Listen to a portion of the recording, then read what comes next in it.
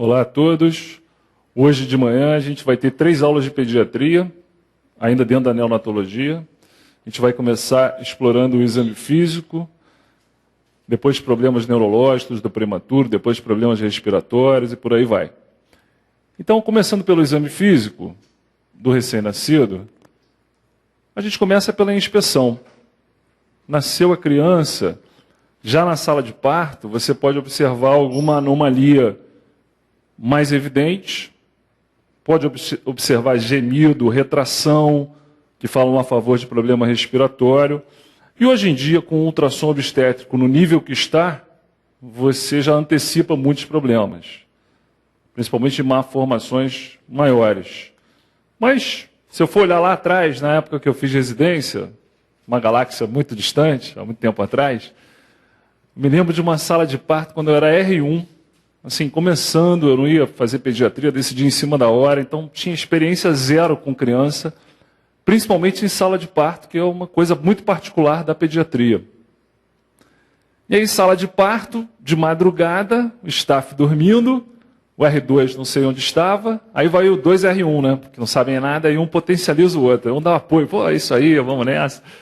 Aí fomos os 2 R1s, eu e um grande amigo meu que fazia residência comigo. E aí um parto normal, tudo correndo muito bem, a criança nasceu, chorou assim que nasceu, pô, beleza. Ufa, que alívio, tal, falta de experiência, né? Se nascer bem, melhor.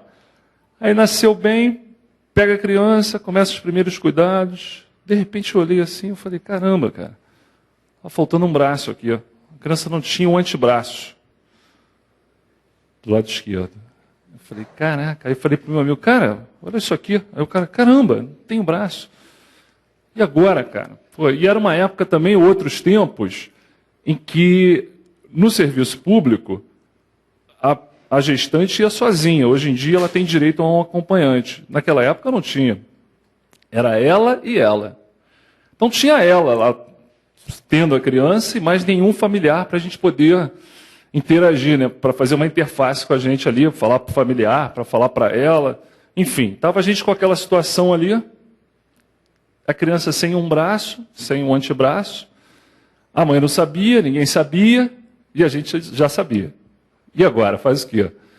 E assim, um medo que todo pediatra tem é ser acusado, ou qualquer pessoa, qualquer médico, acusado de uma coisa que não fez, né? Assim, se a gente pega a criança e leva para o berçário, para falar depois, quando tivesse todo mundo mais calmo, a mãe mais tranquila, ela ia falar, pô, como é que a criança nasceu com braço e agora está sem braço?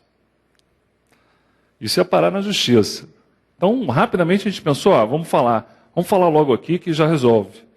Aí eu falei, cara, mas o que a gente fala? Aí esse meu amigo, deixa comigo. Aí ele enrolou a criança assim, deixou só a cabeça de fora. Aí, cabecinha de fora, chegou assim, botou assim a criança do lado da mãe e falou assim, mamãe, olha, seu neném nasceu muito bem, hein? Coração forte, está respirando bem. Né? Mas está faltando esse braço aqui, ó, tá vendo? Aí abriu assim, cara, quando ele abriu e a mulher olhou sem o braço, começou a gritar, era parto normal, começou a levantar o bumbum assim, e o obstetra xingando a gente, seu filho disso, filho daquilo, pô, nem terminei a fisiografia, e aquele desespero, cara, putz, tudo bem. Aí depois foi mamar e tal, um trauma ali, pô, terrível, né? Isso foi tipo uma segunda de madrugada. Terça de manhã, fui para o meu setor lá da residência, cara. Quando chegou 10 da manhã, me liga o chefe do berçário para o ambulatório e me chama pelo nome completo. Eu queria falar com o Vinícius Moreira Gonçalves. Falei, pô, que merda, hein? O cara chama pelo nome completo, né? O cara que nunca te viu, o chefe do berçário. Aí a gente foi lá, tomamos esporro, porque a gente não podia ter falado na hora, que a mulher ficou traumatizada. Mas até hoje, eu tenho certeza, a gente não foi muito delicado na hora de falar. Não tinha experiência nenhuma nesse lance da má notícia, né? Mas tinha que dar.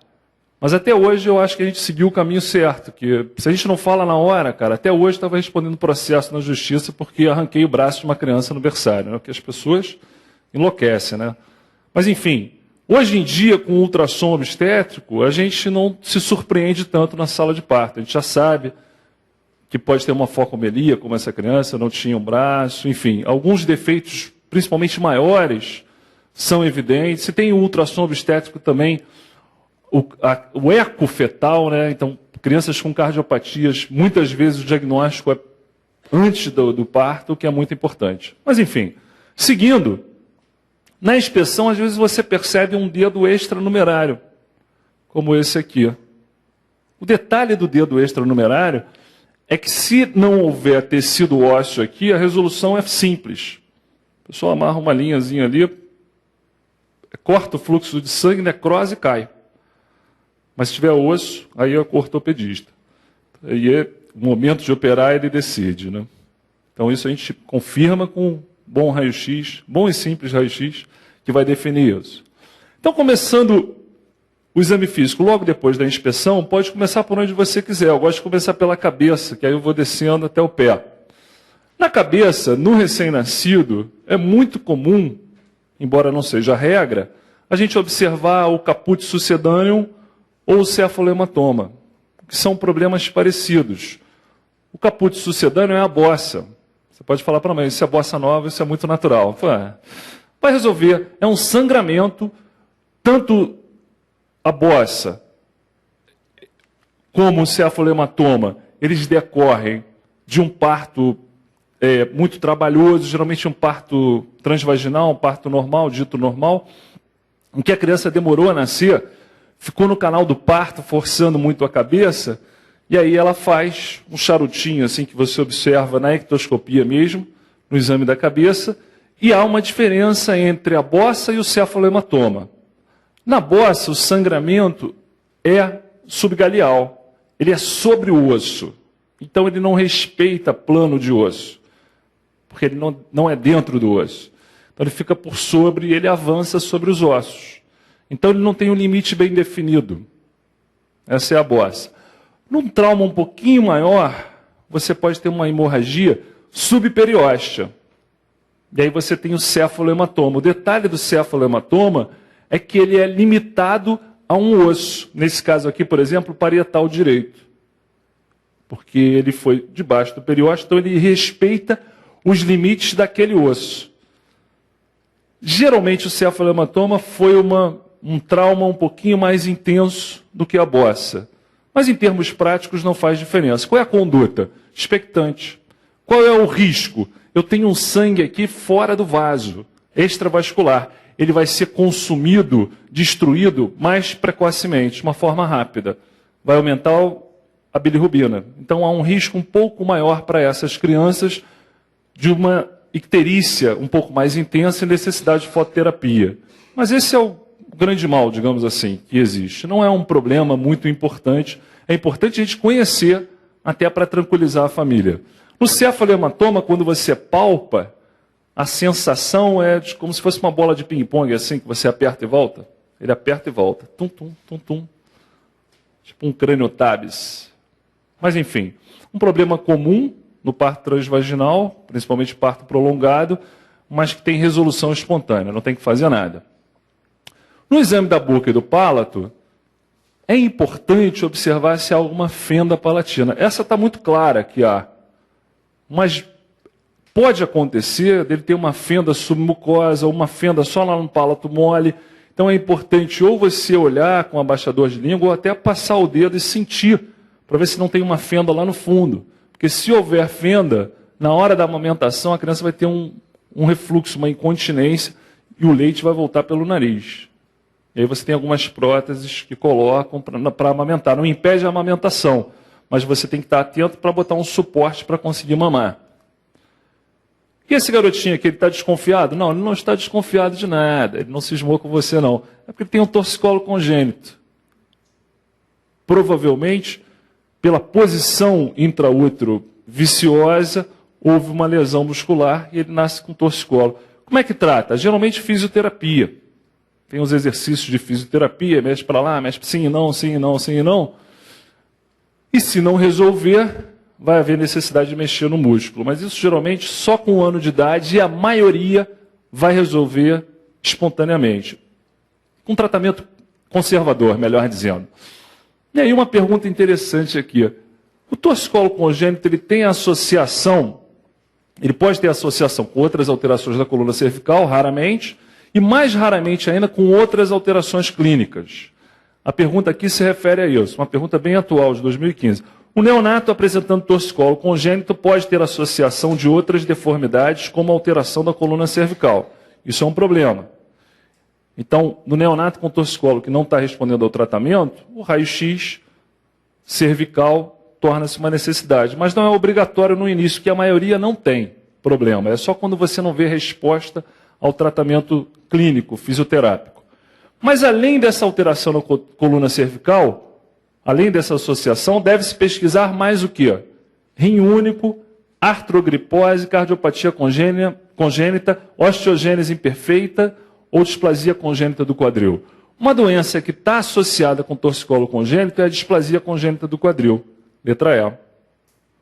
Não é uma associação frequente, mas quando há associação com outras doenças, pensar em doenças da coluna cervical e displasia do quadril, a luxação congênita do quadril, que um ultrassom ajuda a pesquisar, a investigar e mostrar se tem ou não tem.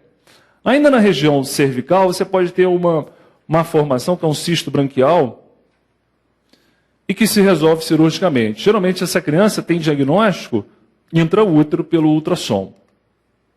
Outra alteração que a gente pode ver é um excesso de pele na região do pescoço.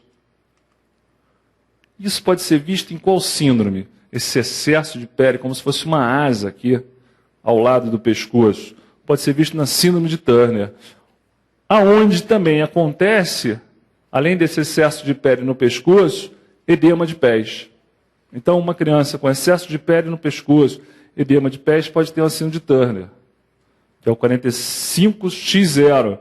É a menina que não cresce, que não entra na puberdade, que pode ter uma cardiopatia como uma coartação, enfim. Tem outros problemas aí associados, mas o principal é um crescimento bem ruim, estatural. Durante o exame físico de um recém-nascido eutrófico, você observa pequenas vesículas císticas esbranquiçadas na rafe mediana do palato, medindo cerca de 2 milímetros e restante da mucosa oral sem alterações. Qual é a conduta correta nesses casos? Então, você está examinando o recém-nascido, tem umas lesões vesiculares ali no palato, geralmente na transição do palato duro para o palato mole. O que são essas lesões? São doenças? Uma monelíase? O que será isso? Qual é a conduta correta? Iniciar tratamento tópico com nistatina para evitar progressão da doença?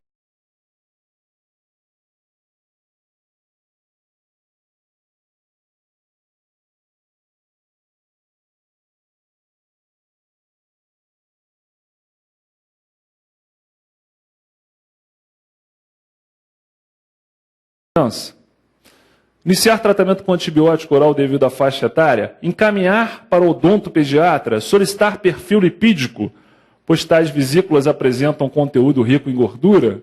E a resposta certa, essas alterações são de etiologia desconhecida, mas tem um nome, o nome ajuda muito, né? Que a mãe pergunta, o que é isso, doutor? Não, isso são as pérolas de Epstein.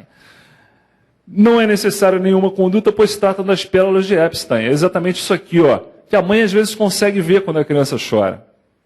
Essa é uma pequena espinha, assim, uma vesícula na mucosa. Às vezes um pouco grande, geralmente nessa transição palato duro, palato mole, etiologia desconhecida, resolução espontânea e rápida. Mas tem um nome, né? Isso que ajuda, né? A mãe, o que é isso? Ah, pérolas de Epstein. Pronto. Resolveu. Você não sabe o que é, mas são pérolas de Epstein. Aí está resolvido. Eu gostaram do óculos? Foi eu que fiz aqui, ficou bacana, né? Retrô. Aqui também, talvez vocês não estejam vendo tão bem como no slide anterior, também pérolas de Epstein. E qual é o osso mais frequentemente fraturado durante o trabalho de parto? Podia completar aqui trabalho de parto transvaginal e o nascimento. O osso que mais fratura por uma distócia de ombro é a clavícula. Clavícula. E às vezes a criança não está passando o ombro.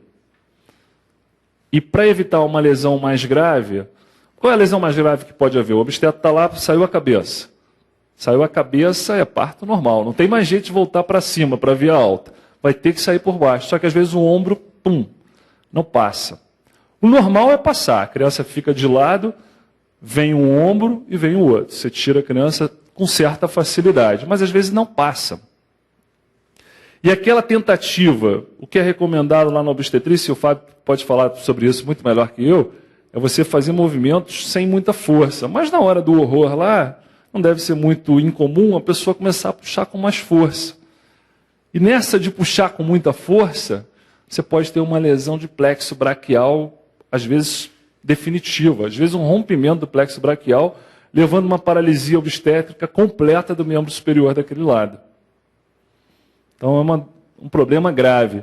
E uma das condutas que existem quando o obstetra não consegue tirar o ombro é ele fraturar a clavícula. Botar o dedo ali, fazer uma pressão, pum, quebrou a clavícula, a criança faz assim e ele passa. Mas o mais comum é a clavícula quebrar espontaneamente, porque estava difícil passar, a criança foi se encolhendo ali, pum, quebrou a clavícula na passagem, no trauma do parto transvaginal. E aí você sente uma crepitação no exame físico, clavícula está quebrada, faz o quê? Não faz nada, espera, fica bom. Viu? Várias coisas que não faz nada, só esperar. Mas é bom saber, porque a mãe vai perguntar, pô, tem uma crepitação? Não, fica tranquila, tranquila, só a clavícula que quebrou, tranquilo. Se fosse uma criança maior, seria um problema bem mais sério, né? Mas criança pequena, recém-nascido, rapidamente o osso vai se refazer. Então, clavícula e lesões de pele. Outra alteração bastante comum no berçário, e a maioria das lesões você deve conhecer exatamente para saber que não há nada para a gente intervir, só explicar. Então, essa criança aqui apanhou no parto? Não, ela tem a mancha mongólica, também muito comum, geralmente arroxeada. Tem algumas explicações, mas nenhuma muito bem definida. E a criança fica com essas manchas durante muito tempo, elas vão diminuindo ao longo do tempo, às vezes fica uma mancha residual para o resto da vida, bem pequenininha, mas nada que afete a estética e tal. Por exemplo, meu filho menor tem muita mancha mongólica, mas principalmente no tórax. Agora está bem melhor. Mas eu me lembro quando ele era lactente, assim, a gente tirava a blusa dele na rua, as pessoas ficavam, nossa, está apanhando em casa, está batendo no garoto. Eu mesmo já me confundi, falei, caramba, o João se machucou. Mas não, é a mancha mongólica dele. Manchas arroxeadas, assim. Mas, enfim, nada para a gente se preocupar. Esses slides talvez vocês não estejam conseguindo ver tão bem, talvez na outra televisão um pouco melhor. Esse é o eritema tóxico neonatal. Umas pequenas pústulas com halo eritematoso em volta. Será que isso é um impetigo? Geralmente não é. Pega tronco, o estado geral da criança é ótimo. E se você furar o conteúdo da vesícula e botar para pesquisa, você vai encontrar eosinófilo, e não neutrófilo, e não bactéria. Aqui também, outro eritema tóxico, mas apesar de eu ter tirado a foto de um site que mostrava lá eritema tóxico, isso me parece muito mais uma acne neonatal. Que parece o eritema tóxico, só que é na face. Parece uma espinha, né? Como é que trata isso? Não trata, isso aqui desaparece em alguns dias, ou algumas semanas, ou alguns meses, mas vai desaparecer sem nenhum tratamento. No exame do tórax, na ectoscopia, tem um detalhe que chama a atenção, né? Você olha uma criança assim e fala, pô, o silicone já chegou no berçário, né? Hoje está uma loucura, todo mundo quer colocar silicone. Mas essa é uma alteração que você pode ver em menino ou menina, por estímulo estrogênico materno ao longo da gravidez, estimula o crescimento da glândula mamária. O tratamento é nada, é não fazer nada. É esperar, porque isso vai reduzir. Às vezes demora um pouco para desaparecer. Às vezes meses, às vezes mais de ano. Mas o segredo é não intervir. Antigamente se espremia, né? O leigo recomendava, né? O pajé, pum, espremer a mama, sai um pouco de leite mesmo, aí é leite de bruxa, né? Tem várias histórias assim. E pode fazer uma mastite ali. Então não pode mexer nisso. Deixar que vai naturalmente resolver. Ali no tórax, eu tenho o coração. Vou escutar o coração. A frequência cardíaca é alta para um padrão de uma criança maior, mas é normal para o neonato, ou seja, de 100 a 160, podendo cair para 80 quando a criança está dormindo. Os raros momentos que o neonato está dormindo, porque ele fica dormindo e acordando, dormindo e acordando. Mas a frequência que varia de 100 a 160. É difícil você ali, ao escutar uma bulha a mais, um desdobramento, um clique, seja lá o que for. O que você vai tentar achar ali é um sopro. Se tiver um sopro, provavelmente você vai pedir um eco para tentar esclarecer do que se trata aquele sopro. E outra é palpar bem os pulsos, né? Palpar os pulsos dos membros superiores e não esquecer dos pulsos dos membros inferiores, sendo que o pulso pedioso é difícil de palpar. O pulso femoral é tranquilo de palpar. Se eu não conseguir palpar o pulso femoral diminuído em comparação ao pulso braquial, quando isso não deve acontecer. Às vezes o pulso femoral é mais intenso do que o braquial, é mais comum, né? Mas ele está diminuído em relação ao pulso braquial. Isso é um indício de qual cardiopatia congênita? Um CIV, um CIA, ou seja, uma comunicação interventricular, uma comunicação interatrial, uma persistência do canal arterial, que é o PCA, um defeito do septo AV, ato ventricular, ou a coartação da aorta. No defeito da aorta, na coartação, que ela tem um estreitamento importante, no arco, ou logo quando ela começa a sua parte descendente, torácica, você tem uma diminuição, às vezes até ausência de pulsos palpáveis nos membros inferiores. E a pressão no membro inferior fica menor que nos membros superiores. Quando o natural é que ela seja um pouquinho maior, né, de 5 a 10 milímetros de mercúrio maior. Então a pressão menor e principalmente o pulso difícil de palpar falam a favor da coartação. Como é que eu esclareço isso? Essa coartação, letra E. Eco. Ainda no tórax, no exame do aparelho respiratório, o que é taquipneia no neonato? É só quando a frequência dele ultrapassa quantas incursões por minuto? Ultrapassa 60. 60 incursões por minuto. E vamos ficar atentos ali na inspeção, se tem retração, se tem gemido, o que falaria a favor de doença respiratória grave. E aí cai uma pergunta simples no SUS de São Paulo, que é, no período neonatal, os valores normais da frequência respiratória variam de... Bem, acima de 60 é anormal, né? Então, se a gente olhar só o 60 aqui no limite máximo, já acertava a questão. Mas é de 40 a 60 incursões por minuto. Já li também de 30 a 60 incursões por minuto. Aí a gente vai descer um pouquinho e examinar o abdômen. Lá eu tenho cordão umbilical, que tem 3 vasos. Quantas artérias e quantas veias? Tem 2 artérias e 1 veia. A artéria com o diâmetro menor, mas a parede mais grossa. E a veia um diâmetro maior e a parede mais fininha.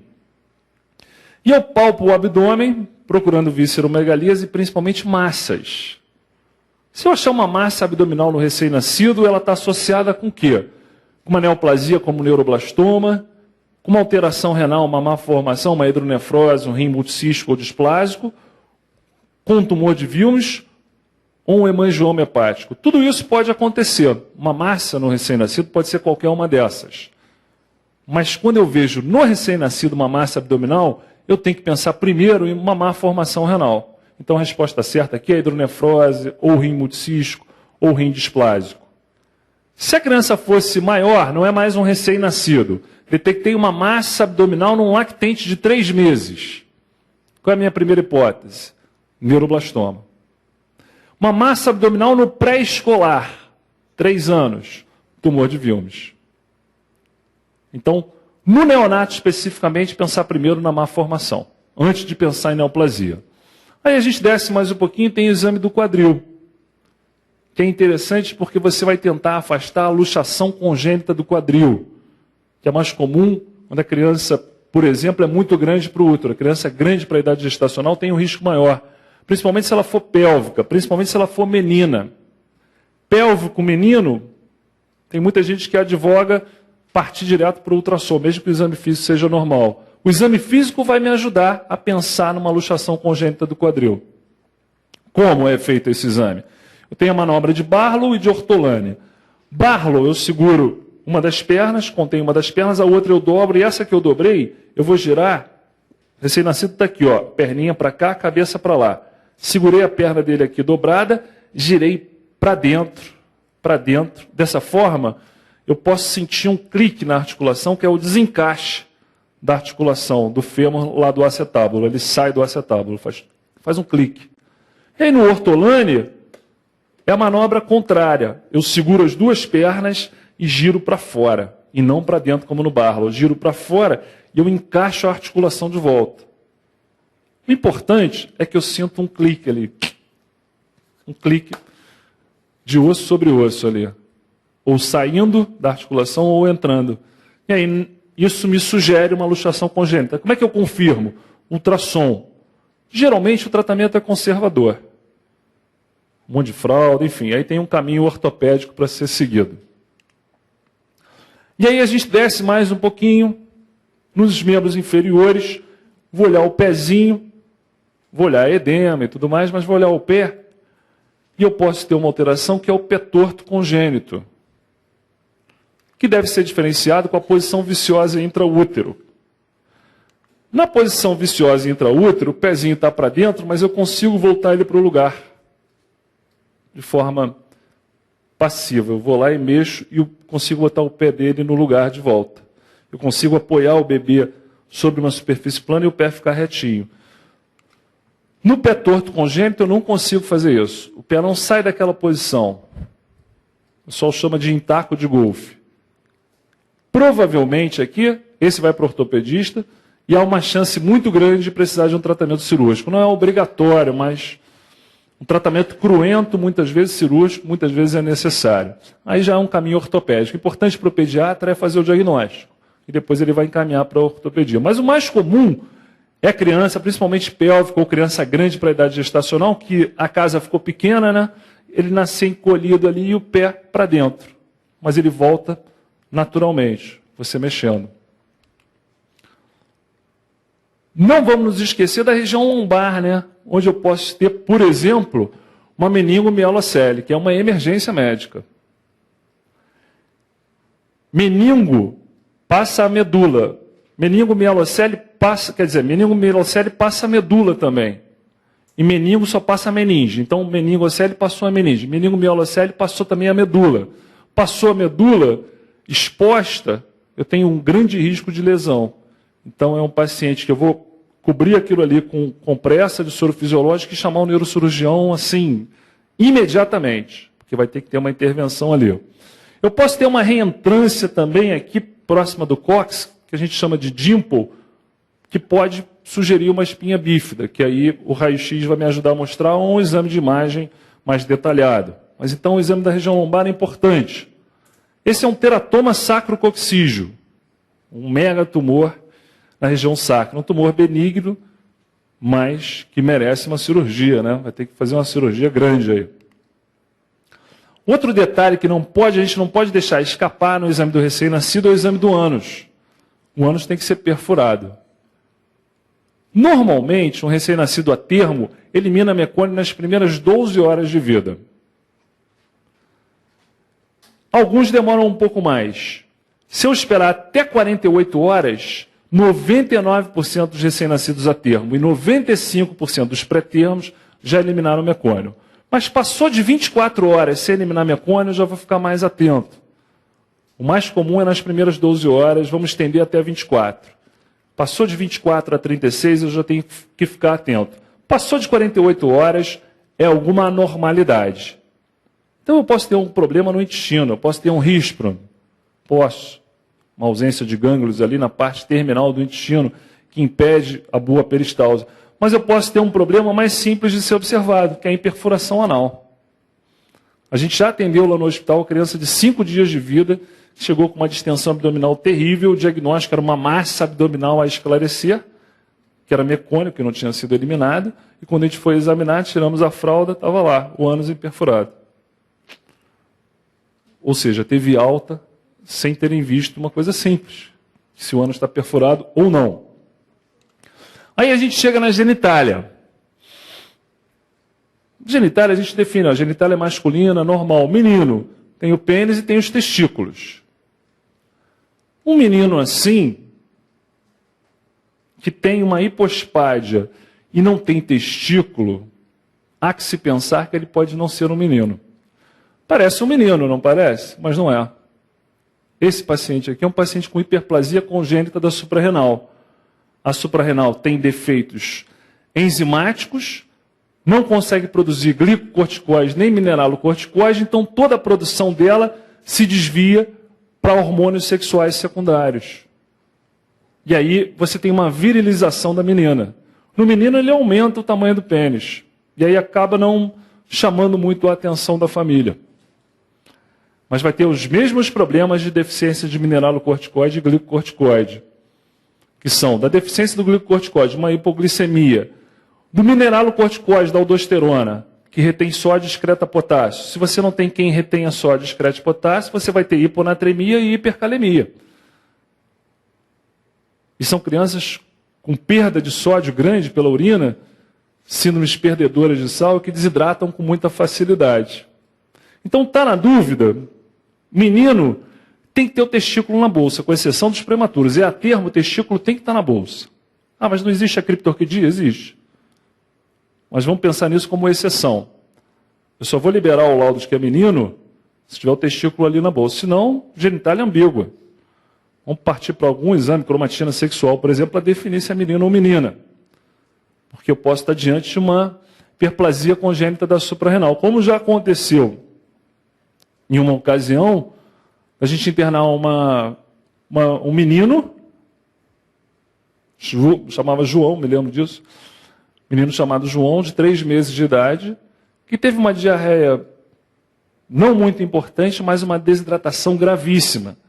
E já tinha uma história de, no primeiro mês de vida, também ter ficado internado desidratado. Então já foi para o hospital universitário pensando que tivesse alguma doença intestinal, com diarreia crônica desde o início da infância. Mas a verdade é que a gente viu a diarreia do bebê e era pouca. Quase nada. E ele super desidratado. A gente precisou fazer algumas etapas rápidas para recuperá-lo. E os exames de entrada mostravam um sódio muito baixo e um potássio alto. E o exame da genitália era exatamente assim. Então, João talvez não fosse João. A gente ficou nessa dúvida. E aí a gente fez a cromatina sexual e chegou à conclusão de que era uma menina, com hiperplasia congênita de suprarrenal. Beleza, o diagnóstico está feito, mas tem que avisar para a mãe, né? Alguém tem que contar para a mãe. Quem será que vai contar? No caso, é o staff da enfermaria, não é o residente nem o interno. Quem é o staff da enfermaria? Sou eu, então eu que conto. Então vamos lá, mensageiro da má notícia. Aí fui lá falar com a mãe. A criança já estava ótima, porque a gente começou a repor glicocorticoide para ela e mineralocorticoide. Aí ela ficou ótima. Mas a mãe não tinha muita ideia do que a criança estava tomando. A gente explicou, mas ela não entendeu muito bem. Precisava que eram umas vitaminas. Beleza. Aí eu fui falar com a mãe, falei com ela, olha mãe, seu neném, eu evitei de falar que seu menino, né? Seu neném ele está melhor, mas a gente identificou um problema sério, mas que tem tratamento, e que é um problema numa glândula dele, na verdade dela. Aí a mãe, hã? Eu falei, pois é, esse problema faz com que o clitóris fique muito grande. Então, quando ela nasceu, o que parecia um pênis, na verdade, era o clitóris. Seu filho, na verdade, é uma filha, é uma menina. Cara, quando eu terminei de falar, a mulher olhou para mim e desmaiou, cara. Desmaiou. Aí, pô, joga água na cara, tava, acorda, acorda. Aí, quando a mulher acordou, ela olhou para mim e falou assim, doutor, meu filho é travesti? Eu falei, não, querido, não é isso, não. Seu filho é uma menina, uma menina. Aí, cara, com um laudo médico, ela conseguiu trocar de nome, porque já estava registrada, né, como João. Mas conseguiu no cartório, até que não demorou tanto. E depois teve que fazer cirurgia do clitóris, né, super hipertrofiado, virilizado. Né? Eu me lembro de ter visto essa menina depois no ambulatório, ela já com 3 anos, assim, lourinha, de castinhos, assim, muito bonitinha, mas o clitóris ainda bem grande, já depois de 2 cirurgias. Às vezes demora a corrigir. Se você demora muito a fazer o diagnóstico, é um pouco pior. Mas então, atenção com a genitália ambígua, com a hiperplasia de suprarrenal. Ainda no exame da menina, é importante observar a perfuração imenal. O ímen é uma membrana que tem um buraquinho no meio, né? Ele é perfurado naturalmente. E se a gente não perceber essa alteração, eu posso ter um hidrocolpos ou um hidrometrocolpos. Ou seja, o ímen normal, ele tem é uma membrana, como se fosse um biscoito, assim, ele tem um buraquinho no meio. Tem uma perfuração natural. É comum, na verdade não é super comum, mas aquela história, o paciente adora perguntar, doutor, isso é normal? Normal não é, mas pode acontecer. A menina tem um sangramento, como se fosse uma menstruação nos primeiros dias de vida. Como está escrito aqui, ó, segundo ou terceiro dia de vida pode acontecer um sangramento vaginal, uma mini menstruação. O que aconteceu com ela? Aquela mesma história do estímulo hormonal materno que estimulou o desenvolvimento da mama. Só que na menina ainda desenvolve o útero. Tirou o estrogênio, o que acontece? Ela menstrua. Tem uma descamação do útero. Pequena coisa, 2, 3 dias ali com um pouquinho de sangramento. Se a menina tiver o ímen imperfurado, o que não é normal, esse sangramento não vai acontecer. Mas a gente também não está esperando um sangramento. Não são todas as meninas que têm. O problema é, houve esse estímulo, houve esse sangramento, só que não saiu. Então eu posso ter problema já na fase neonatal, como eu já vi. Uma criança que tinha uma imperfuração imenal, teria tido esse sangramento, porque o estímulo hormonal na gravidez foi muito intenso, só que ela não sangrou. Foi acumulando sangue no útero, faz um hidrometrocolpos. O útero aumentando de tamanho, e aí o que aconteceu com essa menina? O útero aumentado comprimiu a uretra.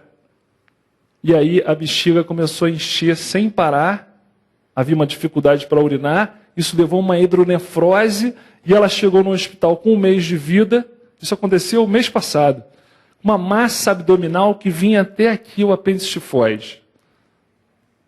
E um laudo de ultrassom de que era um problema renal, uma má formação renal, um cisto renal, mais uma lesão de ovário. Falei, caraca, ultrassonho, né? Viajou. Aí examinamos lá no ambulatório, falei, bem, o pessoal falou, você acha que é tumor? Depois de 20 anos de INCA, cara, dá para você palpar e falar, isso não é tumor, cara, está muito cístico, muito molinho, isso não é tumor. Mas eu também não sei o que seja. Vai que o ultrassom estava errado, enfim, isso pode ser um útero, a gente não sabia o que era, mas eu achava que não era neoplasia. E aí vamos internar, vamos fazer uma TC, ultrassom, enfim, um exame de imagem, vamos definir o que é. Aí estava a médica da enfermaria passando lá no ambulatório, eu falei, pô, Denise, me ajuda aqui rapidinho. Estou precisando internar essa criança. Aí mostrei o caso para ela, ela olhou a massa, mas o que você acha que é? Eu falei, não, câncer não é. Mas eu também não sei o que seja. De repente é um rim mal formado, né? Só que eu não tinha feito isso. Ela abriu a fraldinha da menina, olhou e falou, já olhou aqui? Cara, quando eu olhei, era isso aqui. Eu falei, nossa senhora. Dei mole total, mas foi bom para a criança, né? Descobriu. Era um hidrometrocolpos, realmente. A criança não conseguiu ter essa mini menstruação na fase neonatal, porque tinha um ímen não perfurado, isso é uma coisa anormal, e aquele útero um pouquinho maior comprimiu a bexiga, que cresceu enormemente, ainda fez uma hidronefrose. Conclusão, internou, fez um corte no ímen, drenou sangue, urinou com um catéter vesical 1 litro, um bebê, e depois continuou acompanhando, o rim aos poucos foi voltando ao normal, não tinha disfunção de retenção de escórias, a criança ficou bem depois. Mas um detalhe que não foi olhado no berçário. E aí você no ambulatório, alguns meses depois, não se lembra de olhar isso. Né? Às vezes o cara lá no berçário deu mole, você tem que ficar atento para isso. Então, no berçário, olhar a genitália e olhar o ímen. E olha que eu sempre olho, já devo ter examinado mais de 1000 neonatos, nunca vi um ímen não perfurado. E atendi essa criança, tinha essa história. Impressionante, né? Muito bem. O exame neurológico, a gente vai ver os reflexos primitivos, né, que ajudam na sucção, a própria sucção, o reflexo da rotação ou da procura. Se você pegar o dedo e botar assim na bochecha, próximo do lábio, fizer assim, o recém-nascido vem atrás, ele faz assim, ó. Sacanagem porque não é leite, né? Ele quer o leite, rapaz, sai daqui. Ó. Aí você bota assim, ele vem atrás. Ele quer o peito, né? Não o seu dedo. Pô. A apreensão palmo-plantar também é muito comum, vai aparecer, encosta o dedo aqui na palma, ele fecha a mão. No pé também, os dedinhos do pé se contraem, fazem uma flexão. O moro, que é o reflexo do abraço, né? Você faz um barulho, ou você pega as 2 mãos da criança, solta e ele faz assim, ó, dá um abraço. É interessante no moro que você pode perceber, por exemplo, uma paralisia braquial, quando o moro é de um lado só. Opa, tem um braço que não está funcionando bem. E eu passei muitos anos tentando entender para que serve o moro, né? Para que serve isso aqui, né? Pô, vou te dar um abraço, valeu. Obrigado, papai, você está aqui. Mas eu descobri que o Moro serve para perturbar os pais. Porque quando você consegue botar a criança para dormir, depois de muito custo, tem um barulho na rua. Pum! A criança faz assim. E começa a chorar de novo, cara. Puta. Amaldiçoei muito Moro nos primeiros meses dos meus filhos, cara. Para que serve esse Moro? Um dia eu vou descobrir para que serve o Moro. Tem o reflexo tônico cervical assimétrico, que a criança, o recém-nascido, ele é lateralizado, ele nunca fica, você bota ele paradinho assim, ele vira para um lado. Para o lado que ele vira, ele estica o braço e a perna. E o outro lado fica flexionado. É o reflexo do esgrimista. Também é um reflexo primitivo. E a reação da marcha, que é muito bacana, né? Você bota a criança assim numa superfície plana e ela fica como se fosse um homem na lua, né? Uma vez que eu botei para mostrar para os alunos, e a mãe ficou emocionada. Meu Deus, ele já vai andar. Eu falei, negativo. Vai tirando o cavalinho da chuva. Não vai andar mesmo. Esses reflexos, eles desaparecem geralmente em torno dos 4 meses completos, os reflexos primitivos.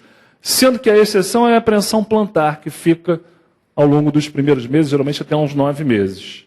Então aí, ó, reflexo da procura, o Moro, olha que bacana. Olha o Moro, que bonito. Esse é o tônico cervical assimétrico, a criança olhando para um lado, e o lado que ela olha, ela estica os membros. Esse é o da marcha. E aí, vocês pensam que são só vocês que fazem prova? Teste negativo. Recém-nascido faz várias provas quando nasce. Inclusive, devia ter um cursinho fetal, porque o cara já acorda, pô, nasceu, qual é o teste aí agora? Teste do olhinho, teste da orelhinha, estou dentro, estudei tudo. Pô. Teste do olhinho ou reflexo vermelho? Esse teste é muito difícil de você fazer exatamente quando a criança nasce, principalmente quando é parto normal, porque o olho geralmente nasce um pouquinho inchado, a pálpebra. O ideal é que você faça antes de dar alta, já lá com 48 horas de vida, segundo dia de vida, que aí já desinchou o olho, você pega um oftalmoscópio, uns 20, 30 centímetros, e para o olho da criança, para a pupila da criança, você vai ver que a pupila está livre, cristalino está livre, você consegue atingir com a luz a retina. Aí você vê uma área, é como se fosse um fundo de olho. Você vê uma área vermelha, a retina. Então esse é o normal, você consegue ver muito bem isso com o oftalmoscópio.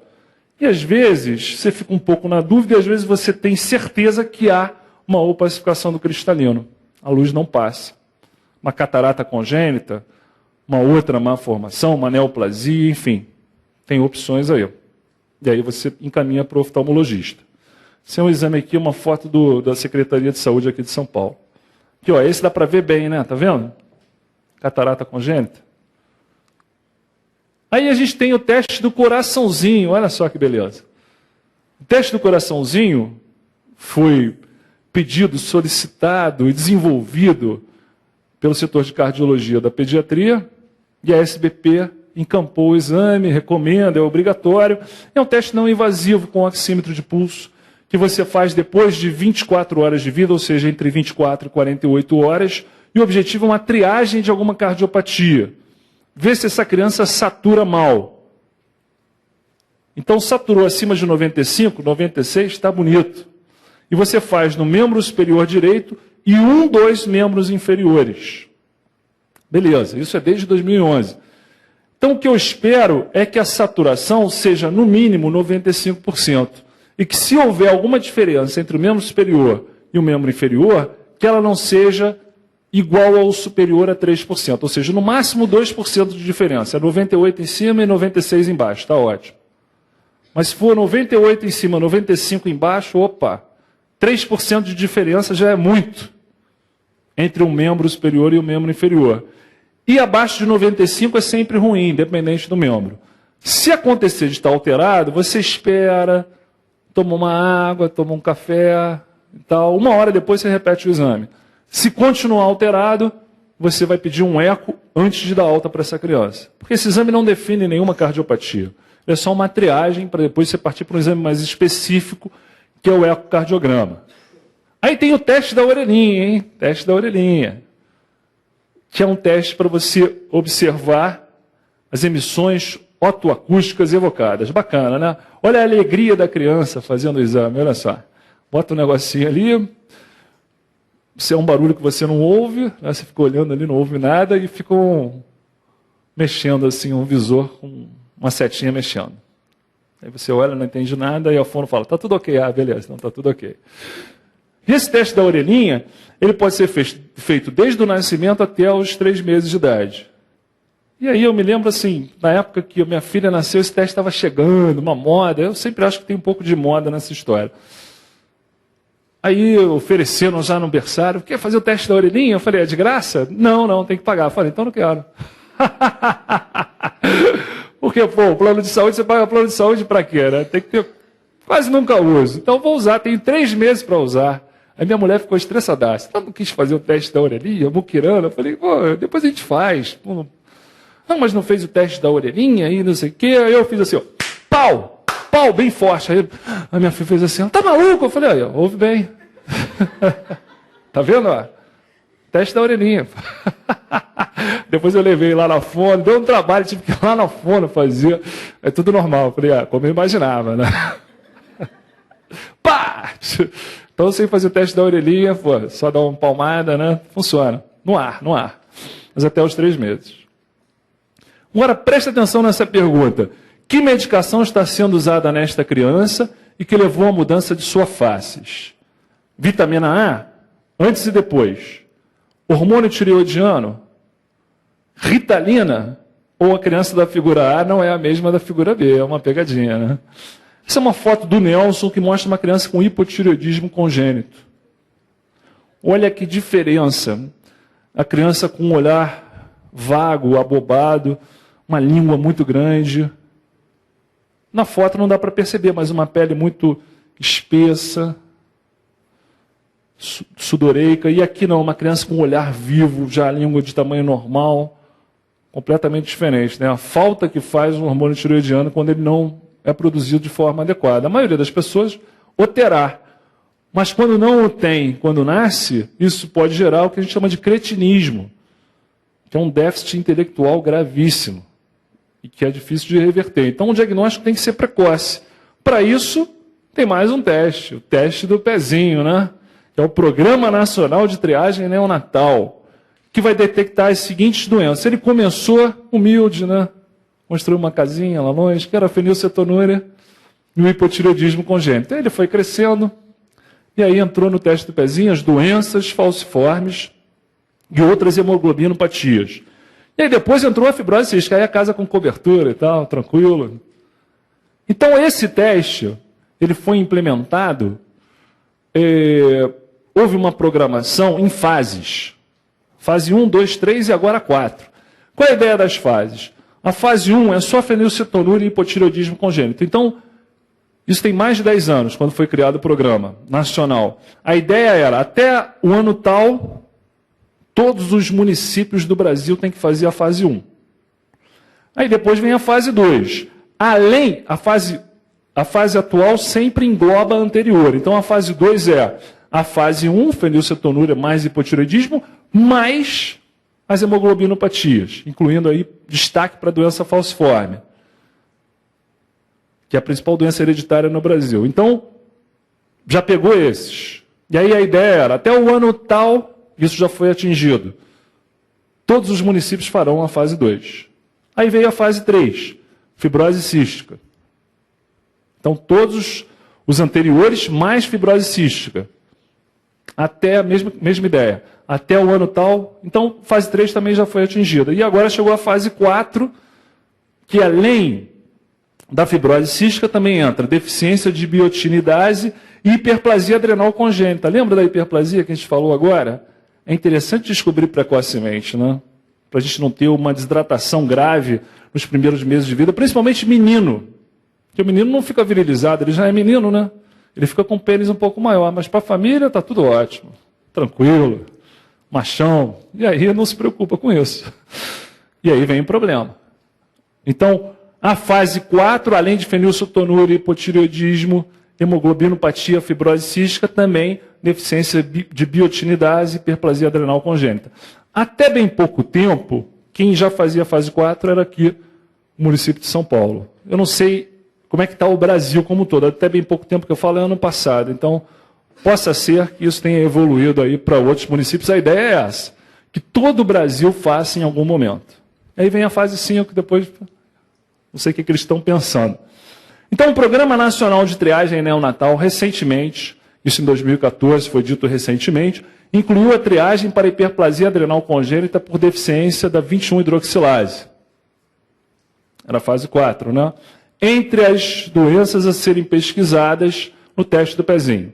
Sobre o assunto, assinale a alternativa que destaca corretamente um benefício relacionado à triagem neonatal dessa doença. Então, qual é a vantagem de investigar já no neonato a hiperplasia adrenal congênita? Seria o diagnóstico precoce, previne a definição errônea do sexo em meninos afetados? Então, os meninos afetados não vão ter genitália ambígua, e sim as meninas. B, o tratamento precoce previne a crise adrenal aguda com perda de sal, desidratação grave, hiponatremia, hipercalemia, condição potencialmente fatal. É isso. Se eu faço diagnóstico precoce, eu reponho mineralocorticoide, glicocorticoide, evito uma situação de risco de morrer, né? Risco de morte, como dizem no Jornal Nacional. Então, letra B.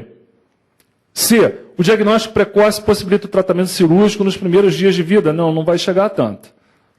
Essa cirurgia não vai ser nos primeiros dias de vida do clitóris superaumentado, né? Virilizado. E D, o tratamento com reposição com glicocorticoide no primeiro mês de vida determina a cura da doença. Quem dera, né? Isso é remédio para a vida toda. Então, resposta certa, letra B. Um recém-nascido com 2 semanas de vida, mamando exclusivamente ao seio materno, apresenta perda de peso, recusa alimentar, vômitos, desidratação com sódio 120, potássio 6,5, glicemia 40. Hipoglicemia, hiperpotassemia, hipercalemia e hiponatremia. Desidratado. Qual é o diagnóstico? É o diagnóstico que a gente falava agora, né? Hiperplasia adrenal congênita. O interessante é que esse nome sempre me confundiu, porque hiperplasia parece que a glândula é superprodutora. E, de fato, ela é hiperplásica. Porque, como ela não consegue produzir glicocorticoide, mineralocorticoide, os estimulantes da adrenal ficam em cima dela, para estimular que ela cresça e apareça e produza, só que ela não produz. Mas o estímulo continua. O ACTH, que vem da hipófise, que estimula a adrenal, vai estar super aumentado, porque ele não está inibido com nada. Então há um estímulo para que a glândula cresça e apareça, só que ela cresce e aparece, mas não produz. Então ela fica grande. Então ela é hiperplásica, só que ela é hipofuncionante. E aí, o que me faz pensar nisso? Sódio baixo, potássio alto. Às vezes hipoglicemia, mas o destaque é sódio baixo, potássio alto e uma desidratação, uma perda de sal, com uma diarreia ou com vômito, não tão intensos. Às vezes é até o próprio distúrbio eletrolítico que leva aos vômitos, e não os vômitos que levaram à desidratação. Uma criança de 3 meses assintomática comparece ao ambulatório para checar o teste do pezinho, que evidencia triagem positiva para a fibrose cística, que é a dosagem da tripsina. Nessa situação, dentre as citadas a seguir, qual é a melhor conduta? Encaminhar a família para aconselhamento genético, solicitar teste de eletrólito, sódio, cloro no suor, solicitar nova coleta de tripsina imunorreativa, o IRT, que é o teste do pezinho, ou aguardar a presença de sinais e sintomas para repetir o exame. Bem, aguardar sinais e sintomas não vou, né? Porque o objetivo é fazer o diagnóstico antes dos sinais e sintomas. Só que esse teste do pezinho, seja para qual doença for, geralmente ele utiliza os testes mais sensíveis e menos específicos. Quando ele vem positivo, a ideia é fazer um teste mais específico, para confirmar a presença ou não da doença. A tripsina, se ela dosada logo ao nascimento mostra alteração, o ideal é que você repita esse exame, mas dentro do primeiro mês. Então eu deveria repetir o teste do pezinho até 1 mês completo de vida. E se novamente ele der alterado, aí eu faço o teste definitivo, que é o teste do suor. Só que essa criança não tem 1 mês, ela tem 3 meses. Aliás, situação super comum. A criança faz o teste do pezinho na hora certa, que é a partir do 3º dia de vida. O ideal é não fazer exatamente quando nasce, não. Deixar comer, porque senão ela não acumula fenilalanina e eu não faço diagnóstico de fenilcetonúria. Então deixa ela comer, evacuar, funcionar. E aí no 3º ou 5º dia eu colho o teste do pezinho. Na primeira semana de vida, mas não nos primeiros dias. Mas o mais comum é colheu na época certa, no posto de saúde, ali na primeira semana de vida, mas e o resultado? Uma coisa que deveria ser imediata, assim, na semana seguinte já saber, Às vezes demora meses. Às vezes a criança chega com 3 meses, aí é que eu vou conseguir o resultado do teste do pezinho. E aí eu não devo repetir o IRT de novo para fibrose cística. Aí eu já parto para um exame definitivo. Porque o teste perde muito da sensibilidade depois do primeiro mês. Pelo menos o teste específico para fibrose cística. Aí eu faço o teste do cloro do suor, que define a doença. Mais do que 60 mEq por litro de cloro no suor é fibrose cística. A doença é tão grave que acima de 60, 60 e chora, né? Então é 60. Acima de 60, fibrose cística. Então, nesse caso aqui, 3 meses eu peço o teste do suor, de eletrólitos. A administração rotineira de vitamina K para o recém-nascido tem o intuito de evitar a seguinte doença, patologia neonatal: púrpura trombocitopênica, eritroblastose fetal, deficiência nutricional, polistemia ou doença hemorrágica do recém-nascido? Doença hemorrágica, letra E. Há uma redução transitória dos fatores de coagulação vitamina K dependente na primeira semana de vida. Por quê?